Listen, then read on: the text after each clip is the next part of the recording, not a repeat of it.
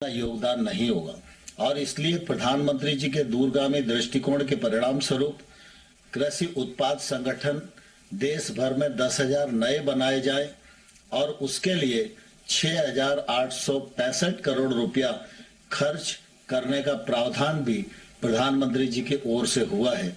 मुझे कहते हुए प्रसन्नता है कि प्रधानमंत्री जी का यह कार्यक्रम सने सने आगे बढ़ रहा है और आज 1,24,486 किसानों को भारत सरकार की ओर से पूंजी प्रदान करने का भी यह कार्यक्रम यहां संपन्न हो रहा है। मुझे इस बात की प्रसन्नता है कि प्रधानमंत्री जी जब किसान की आय बढ़ाने की बात करते हैं तो निश्चित रूप से उसकी उत्पादकता बढ़ना चाहिए और उसकी लागत कम होनी चाहिए। उसकी लागत कम हो और हम कृषि आधानों के लिए दूसरे लोगों पर निर्भर न रहें, आयात पर निर्भर न रहें, इसलिए प्रधानमंत्री जी ने प्राकृतिक खेती पर बल दिया। पिछले माह 16 तारीख को देश भर के करोड़ों करोड़ लोगों के बीच में, किसानों के बीच में भारतीय प्राकृतिक कृषि पद्धति खेती पर उन्होंने अपनी बात कही और तब से लेकर लगातार सरकार, राज्य सरकार, किसान इस दिशा में प्रवृत्त हो रहे हैं और निश्चित रूप से यह एक तौर से आंदोलन बनेगा और देश में किसानी को लाभप्रद बनाने में, हमारे उत्पाद की गुणवत्ता सुधारने में और हमारी जमीन की उर्वरा शक्ति को ठीक रखने में निश्चित रूप से प्राकृतिक खेती बहुत ही मददगार होगी। आज इस कार्यक्रम में मैं प्रधानमंत्री जी का आभारी हूं कि उन्होंने प्राकृतिक खेती पर फिल्म दिखाने के लिए भी समय हम लोगों को दिया है। आज एफपीओ का काम कैसा चल रहा है इस पर भी निश्चित रूप से एक छोटी फिल्म दिखाई जाएगी, जिससे कि एफपीओ के कार्यक्रम के बारे में सभी लोग ठीक प्रकार से किसान जान सकें और आगे इस दिशा में प्रवृत्त हो सके। मुझे कहते हुए प्रसन्नता है कि पीएम किसान सम्मान निधि एक कार्यक्रम है, लेकिन प्रधानमंत्री जी यहीं तक नहीं रुके हैं। अनेक योजनाओं को उन्होंने सृजन किया है। 1 लाख करोड़ का इंफ्रास्ट्रक्चर फंड निश्चित रूप से खेती के क्षेत्र में जो निवेश को प्रोत्साहित कर रहा है, यह निश्चित रूप से किसान के जीवन स्तर को बदलने में आने वाले कल में मील का पत्थर साबित होगा।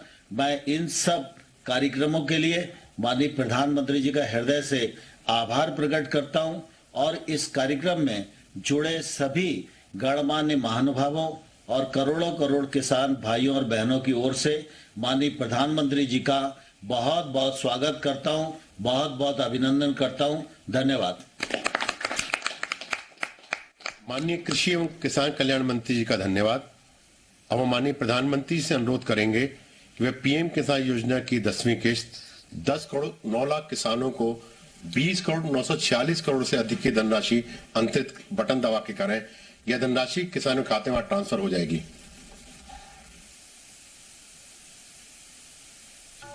तो किसान सम्मान निधि की 10वीं किस्त जारी करते हुए प्रधानमंत्री नरेंद्र मोदी, आपको हम वो दिखा रहे हैं जहां पर प्रधानमंत्री नरेंद्र मोदी 10 करोड़ से अधिक किसानों को नए साल के पहले दिन पर तोहफा देते हुए दिखाई दे रहे हैं।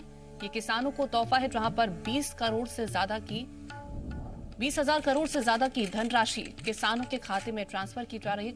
किसान सम्मान निधि के तौर पर ये राशि जो है वो प्रधानमंत्री नरेंद्र मोदी की तरफ से 10वीं किस्त है जो कि जारी की गई है 10 करोड़ से अधिक किसानों को, और साल का पहला दिन है और इस मौके पर प्रधानमंत्री नरेंद्र मोदी ने ये किस्त जारी की है। 1.24 लाख किसानों को इस मौके पर आपको ये भी बता दें कि धनराशि इक्विटी के रूप में कृषि मंत्री को भी हम सुन रहे थे। माननीय प्रधानमंत्री जी।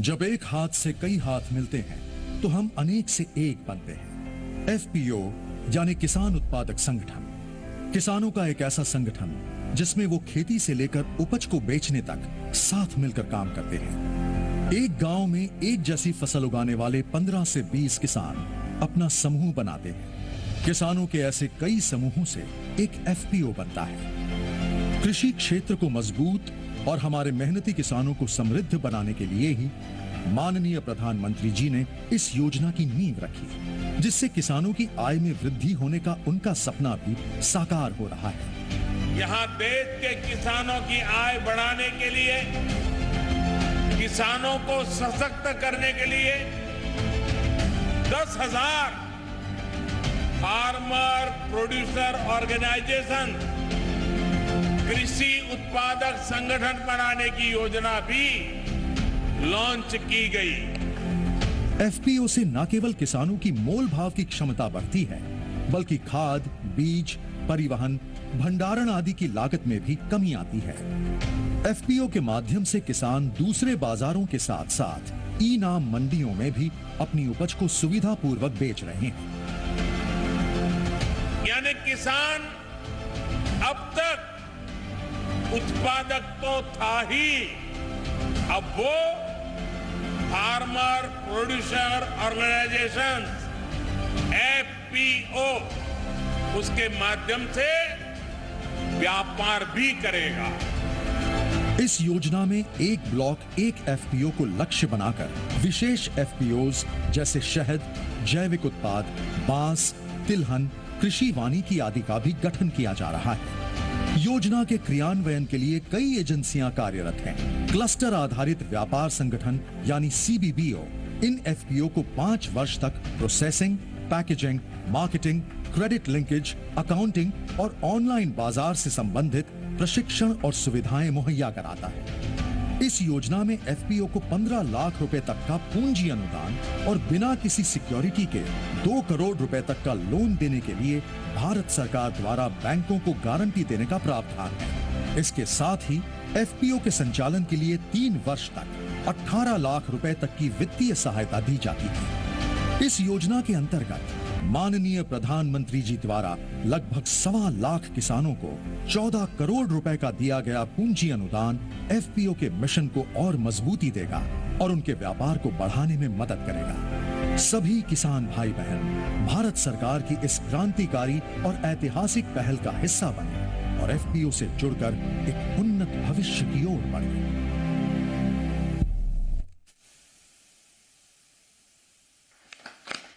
अब माननीय प्रधानमंत्री जी से कुछ किसान उत्पादक संगठनों से संवाद हेतु अनुरोध करूंगा। सर्वप्रथम मैं उत्तराखंड से Jeevamrut organic farmer producer company limited नामक एफपीओ के सदस्य किसान श्री जसवीर सिंह से को आमंत्रित करता हूं। श्री जसवीर सिंह जी। जसवीर जी नमस्ते। नमस्कार सर। नमस्कार। नमस्कार, बैठिए, आप बैठिए। जसवीर जी, सबसे पहले आपको और जो भी इस कार्यक्रम में हमारे साथ जुड़े हैं उन सबको 2022 की बहुत बहुत शुभकामनाएं। आपके एफपीओ के नाम में जीवामृत भी है और ऑर्गेनिक भी। इससे ही पता चलता है कि यह ऑर्गेनिक और नेचुरल फार्मिंग में काम करता है। आपने इस तरह की फार्मिंग का ही चयन क्यों किया? सर, सबसे पहले आपको जीवामृत कंपनी की ओर से और यहाँ समस्त अधिकारी की ओर से हार्दिक नववर्ष की हार्दिक शुभकामनाएं। सर, हमारे एफपीओ में जीवामृत, सर, हमने स्टार्टिंग में जब हमने जैविक खेती स्टार्ट की तो हमारे सामने सबसे बड़ी समस्या हुई कि अब खेती तो जैविक हमने करनी स्टार्ट कर दी, बट उसमें फर्टिलाइजर और केमिकल सब बंद करने पड़े। तो इसको कैसे हम आगे बढ़ाएं? तो हमने क्या किया सर, हमने जीवामृत घर पर ही बनाया।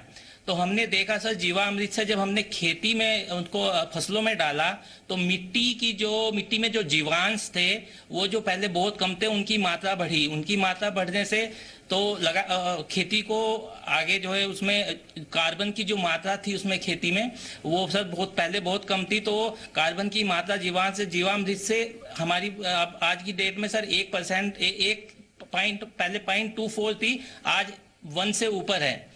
तो इसीलिए सर हमने जीवामृत ऑर्गेनिक कंपनी का नाम भी इसलिए फिर हमने सोचा कि जब हम इससे आपका ये मिट्टी को मिट्टी बना सकता है जीवामृत, तो वो अपने जो किसान जो स्वास्थ्य है, जो उससे उत्पन्न अनाज है, जो किसान भाई जो उसको ग्रहण करेंगे, उन जो आम आदमी ग्रहण करेगा, तो उनके जीवन को भी सर वो अच्छा बना सकता है। तो इसलिए हमने अपने कंपनी का नाम भी जीवामृत के नाम से ही रखा। हमने विचार किया कि हम जीवामृत से ही करेंगे। जसवीर जी, आप किस चीज की ऑर्गेनिक खेती करते हैं और कैसे करते हैं? सर हम क्या अपने उत्पादक को किसी एजेंसी से प्रमाणित भी करवाते हैं क्या?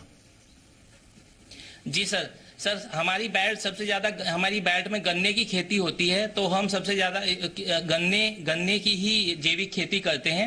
उसके लिए सर हमने अपनी एफपीओ ने एक प्रोसेसिंग यूनिट भी लगाई हुई है, जिससे किसान भाई जितने भी हमारे सदस्य मेंबर हैं वो अपना प्रोड्यूस अपनी यूनिट में लेके उसको प्रोसेस करते हैं। और सर हमारी जितनी भी ये प्रोडक्ट हैं वो हमारी जो भारत सरकार और राज्य सरकार के अधिकृत एजेंसियां हैं, जैसे नाबार्ड हुआ और केवीके से हमें मदद मिलती है, उसके द्वारा प्रमाणित है। और हमारे जैविक उत्पाद एपिडा के थ्रू और उसोगा के थ्रू प्रमाणित किए जाते हैं। सर जसवीर जी, आपके एफपीओ ने इन उत्पादों की बिक्री डिस्ट्रीब्यूशन की क्या रणनीति अपनाई है? सर हमने जब स्टार्ट किया था ये अपना जैविक उत्पाद, तो हमारी कैपेसिटी सर इतनी नहीं थी, तो मात्र 10 किसानों से स्टार्ट किया था, तो 10 या 15 टन की कैपेसिटी थी। तो लोकल मार्केट में सर भाव नहीं मिलता था इतना बिल्कुल भी।